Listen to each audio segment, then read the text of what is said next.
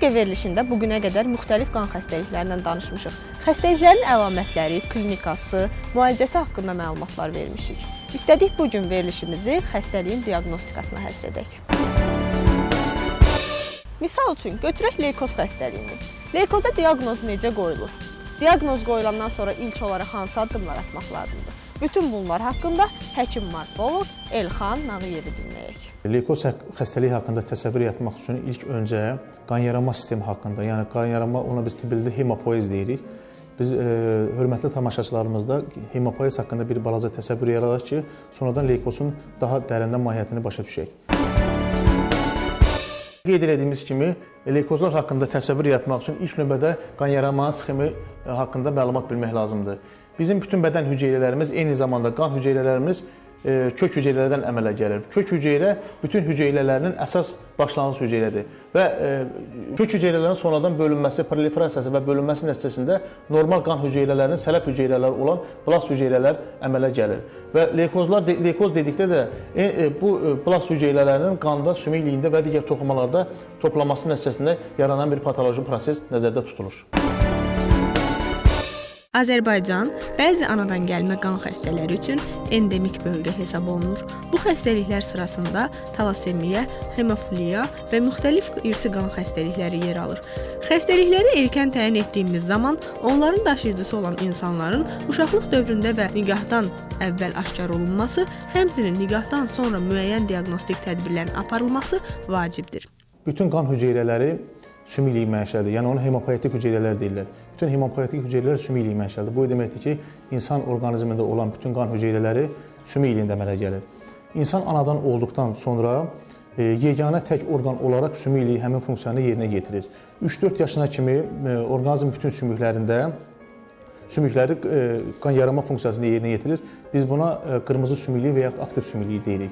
Lakin 3-4 yaşından sonra qan yaranma prosesi ancaq məsaməli sümüklərdə, eyni zamanda borlu sümüklərin epifizində əmələ gəlir. Leykoz deyəndə ilk təsəvvür bu birincili olaraq sümük iliyinin zədələnməsi ilə xarakterizə olunan qan yaranma sisteminin şiş xəstəliklərinə aiddir. Leykozların iki əsas növü var. Bunlar kəskin leykozlar və xroniki leykozlar aiddir. Bütün insan orqanizmində olan hüceyrələr, eyni zamanda qan hüceyrələri kök hüceyrələrdən əmələ gəlir. Kök hüceyrələri bütün hüceyrələrin əsas başlanğıc hüceyrəsidir. Həmin o kök hüceyrələrin sonradan bölünməsi, proliferasiyası və diferensiyasiya nəticəsində digər qan hüceyrələri əmələ gəlir. Leykoz dedikdə də ilk növbədə bizim normal insan orqanizmində olan normal qan hüceyrələri olan blast hüceyrələrinin, yəni bu bizim normal qan hüceyrələrimizin sələf hüceyrələridir, blast hüceyrələr. Onların qanda, sümük iliyində və digər toxumalarda toplanması nəticəsində əməl gələn bir prosesdir. Bu proses ilk növbədə sümük iliyini zədələyir. Qan yaranma sistemini biz bir piramidaya bənzətsək, bu piramidanın zirvəsində kök hüceyrələr durur. Və qeyd etdiyim kimi, həmin kök hüceyrələrinin sonradan bölünməsi nəticəsində bizim normal qan hüceyrələrimiz əmələ gəlir. Bu proses çox mürəkkəb bir prosesdir. Bu prosesə insan orqanizmində olan bir sıra faktorlar təsir göstərir. Müxtəlif sitakinlərə aiddir bura eritropoyetinə aiddir. Eyni zamanda biz ayrıca qeyd edirik kök hüceyrə faktoru ki, hansı ki kök hüceyrələrdən digər normal qan hüceyrələrinin əmələ gəlməsi prosesi tənzimlənir. Bu tənzimin pozulması nəticəsində leykozlar əmələ gəlir. Hematoloqlar deyir ki, leykozun diaqnostikası çətinlik yaratmır. Yəni, qanın ümumi müayinəsi, sümük iliyinin müayinəsi, sistogenetik müayinələr zamanı aşkarlana bilər. Xəstələrdə qarın boşluğu üzvlərinin ultrases müayinəsi, biokimyəvi müayinələr aparılır. Əsas məsələ bu xəstəlikləri bir-birindən diferensiyasiya etmək, xəstəliyin diaqnozunu vaxtında qoymaq və müalicəsini vaxtında başlamaqdır. Diaqnoz qoyulduqdan sonra həkim müalicə müəyyən edir. Həkimimiz Elxan Nağıyev tez-tez qanın ümumi analizini verməyə məsləhət görür. Leykozların ilkin diaqnostikası ən ilk birincili olaraq periferik qanın morfoloji müayinəsindən başlayır. Bu qan preparatları həm barmaqdan, həm də venadan götürülmüş qandan hazırlana bilər. Bu proses üçün mütləq periferik qan, götürülmüş qan yaxmaları hazırlanır və həkim morfoloq mütəxəssis tərəfindən qiymətləndirilir. Burada deməli periferik qanda olan göstərişlərə əsasən digər müayinələr sonradan planlaşdırılır. Belə ki, periferik qanın müayinəsi zamanı burada ağ qan hüceyrələrində olan dəyişikliklər, qırmızı qan hüceyrələrində olan dəyişikliklər və eyni zamanda trombositlərdə olan dəyişikliklər müşahidə olunur. Biz buna sitopeniya deyirik. Əksər xəstələrdə üç şaxəli sitopeniya müşahidə olunur. Bu nə deməkdir? Bu eritrositlərin miqdarının aşağı düşməsi, leykositlərin miqdarının aşağı düşməsi və trombositlərin miqdarının aşağı düşməsi kimi müşahidə oluna bilər.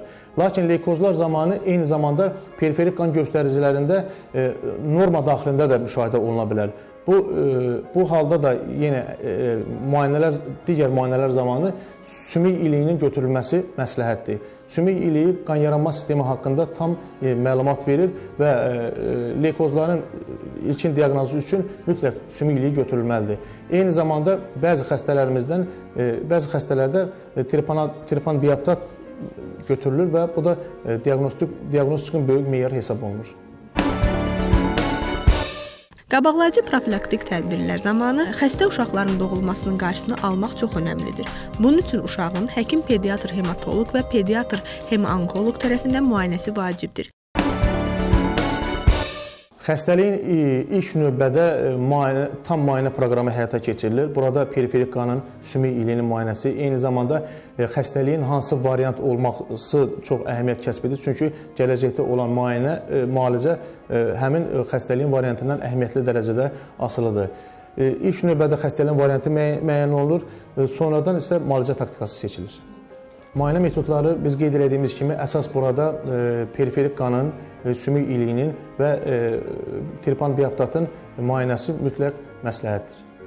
Biz həmişə qeyri-ixtisas həkimlərimizə, eyni zamanda dinləyən tamaşaçılarımıza məsləhət eləyərdik ki, profilaktik olaraq heç olmasa hər 4-6 aydan bir qanın ümumi müayinəsi, yəni morfoloji müayinəsi məsləhətdir. Əgər həmin müayinələr zamanı dəyişikliklər baş verərsə, bizim bunu həkimlərimiz qiymətləndirə bilirlər. Dəyişikliklər baş verərsə, mütləq hematoloqa, həkim hematoloqa müraciət etmək lazımdır. Və həmin dəyişikliklərin əsasında müayinələr dərinləşdirilir və ilkin diaqnoz təyin olunur. Biz həmişə qeyd edirik ki, vaxtında erkən qoyulmuş diaqnoz sonradan olan ağırlaşmaların qarşısını alır. Bəli, ilkin olaraq diaqnozun əvvəlcədən qoyulması, yəni ilkin mərhələdə diaqnozun qoyulması gələcək üçün, müalicə üçün böyük imkanlar yaradır. Qan xəstəliklərinin, əsasən də leykozun diaqnozundan danışdıq. Bugünlük bu qədər. Hələlik.